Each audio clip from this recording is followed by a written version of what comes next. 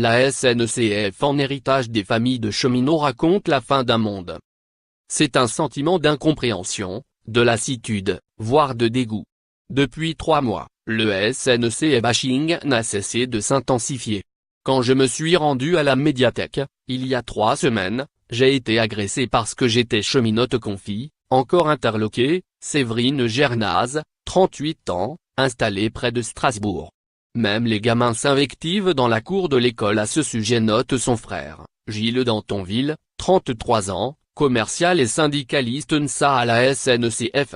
Leur père, Denis, 62 ans, également de la grande maison, n'en revient pas. En quelques années, l'image du chemin de fer s'est dégradée à grande vitesse.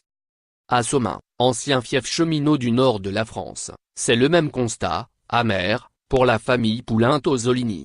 Quand quelqu'un râle contre les retards à la SNCF ou contre les cheminots, ça bout littéralement à l'intérieur, se crispe Claudette Poulain, 63 ans, petite fille, femme et mère de cheminot dans les années 1960 ou 1970, c'était une fierté d'être cheminot.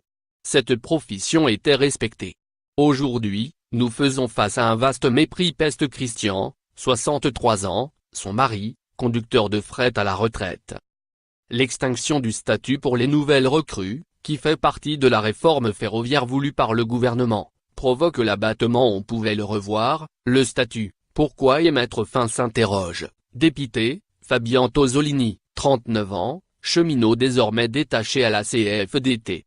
Notre statut, ce n'est pas seulement un épais livre de règles, c'est une partie de notre identité, c'est ce qui nous relie les uns les autres, renchérit Gilles Dantonville. En Alsace, dans le Nord, en Bretagne ou ailleurs, nous sommes des cheminots avec les mêmes droits et devoirs. Et le statut est la garantie de cette équité. Quand le chemin de fer coule,